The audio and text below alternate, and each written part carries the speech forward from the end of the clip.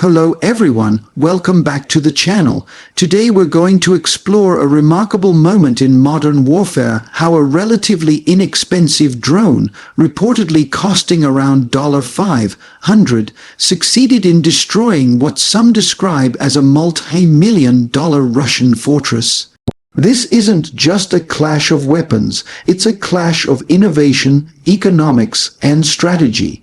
So let's unpack the story, the implications, and what this tells us about the changing face of conflict. To begin with, the core of the story is this. In recent reporting, Ukrainian forces have claimed that a low-cost FPV first-person view drone struck a strategic Russian target, in some accounts an ammunition depot or a heavily fortified position, and caused destruction valued in the hundreds of millions. The narrative is often rendered as $500 drone destroys $500 million fortress. Whether or not every figure is exact, the point is powerful. Asymmetric warfare enabled by drones is appending conventional assumptions. One of the more widely discussed versions of this story involves an ammunition depot in Melitopol. In that version, a single FPV drone struck with precision, triggering a massive secondary explosion that engulfed stockpiled munitions, fuel, weapons, the kind of internal blast that transforms what was once just a target into a conflagration. Over the span of mere seconds, warehouses filled with explosives become killing zones for themselves. This kind of blast yield multiplication is exactly what makes drone attacks like these force multipliers.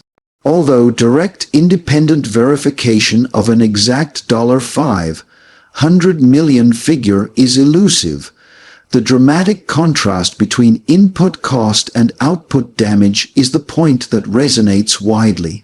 Another confirmed case, more concretely documented, involved Ukraine's 59th Assault Brigade, which reportedly destroyed a Russian Mi-8 helicopter using a drone system estimated to cost roughly $500. Initially, reports misidentified the downed helicopter as a heavily armed Mi-28, but subsequent visual and technical analysis corrected it to a Mi-8 transport helicopter. The footage shared by the Ukrainian Unmanned Systems Forces shows how the drone's impact ignited fuel or munitions, causing cascading destruction.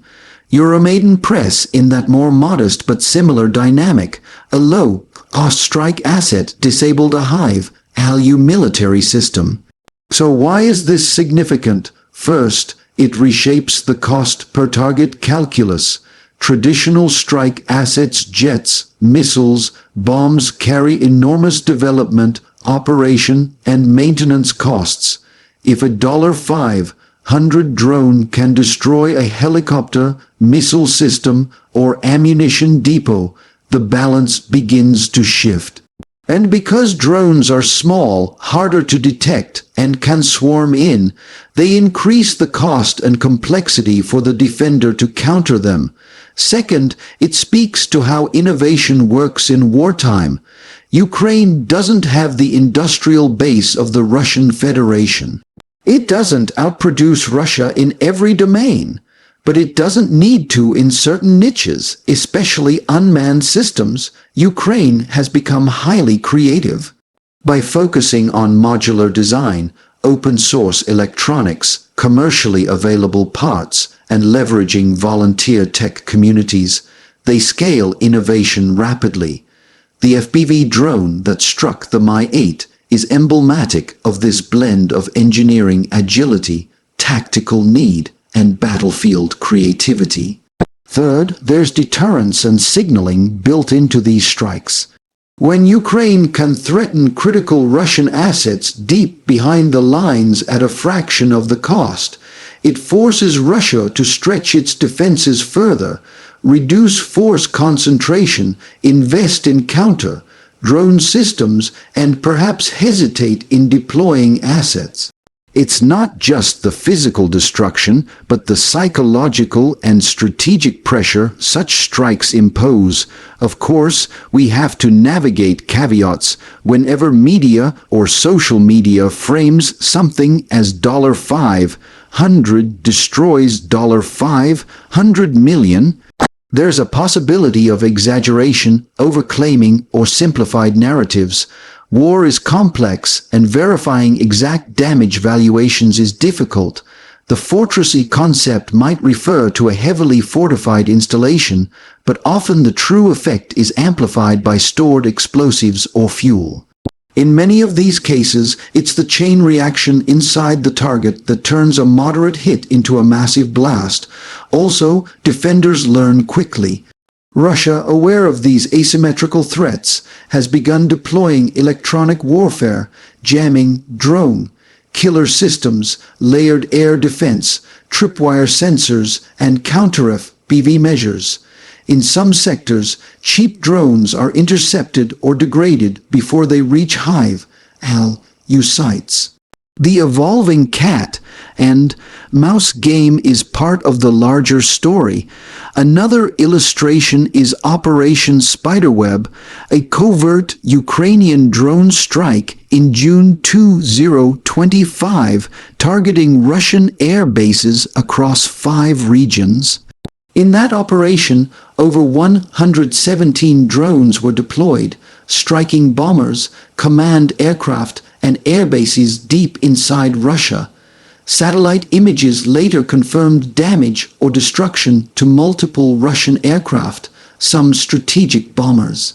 The payoff was strategic, undermining Russia's long-range strike capability, imposing fear that no base is truly safe.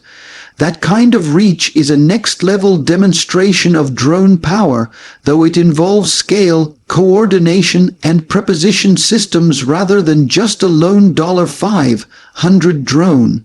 Going back to the Melitopol depot story, one video title claims, "How Ukraine's $500 weapon destroyed $500 million arsenal," implying vast damage in less than 100 seconds. YouTube, whether or not every number is precise, it captures the public's imagination because it represents a turning point. Low-cost tools, high-impact results. When I reflect on this, I see several lessons for future warfare. First, the battlefield increasingly favors modularity and adaptation over sheer industrial mass. Second, distributed systems, many small drones rather than one giant bomber, give tactical flexibility, redundancy, and scaling options. Third, the value of intelligence, precision targeting, and operational security becomes even higher. Knowing where to strike matters more than how much firepower you bring. And fourth, psychological effect can sometimes yield strategic dividends. Each drone strike forces the opponent to react, defend, reposition, and doubt. I also find something poignant in how this story resonates beyond military talk. It highlights how a small action, well-aimed, creative, determined, can disrupt giant systems. In a broader sense, it's a metaphor. Innovation, courage, and precision can challenge entrenched power, even when resources are limited.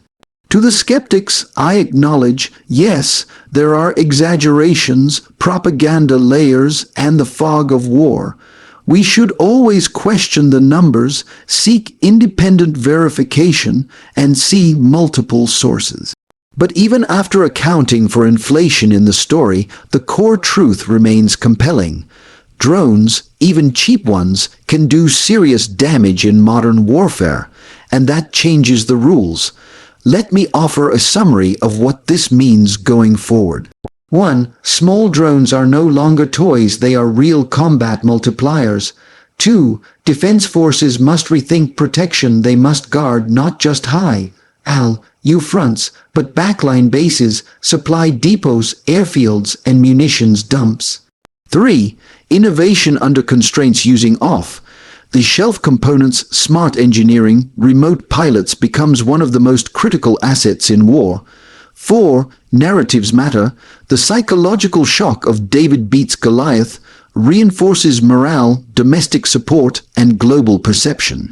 If I were advising any military today, I would say, invest in drone countermeasures, build redundancy in logistics and storage, disperse critical assets, constantly shuffle defense layouts, and lean hard into artificial intelligence for both offense and defense. The cheap drone era demands we think differently. In closing, the headline Ukraine's $500 drone destroys $500 million fortress may have some rounding or symbolic exaggeration, but it captures a real shift. The underdog using ingenuity, precision, and unconventional methods to strike at the heart of bigger powers. Whether it's a helicopter, depot, or fortress, the damage is not just physical, it's strategic and psychological. This moment reminds us that technology, adaptation, and willpower can rewrite assumptions about cost, risk, and power in war. Thank you for watching this deep dive into drone warfare in Ukraine. If you enjoyed the analysis, please drop a comment with your opinion, share with others, and let me know what story you'd like to explore next. Until next time, stay curious and stay informed.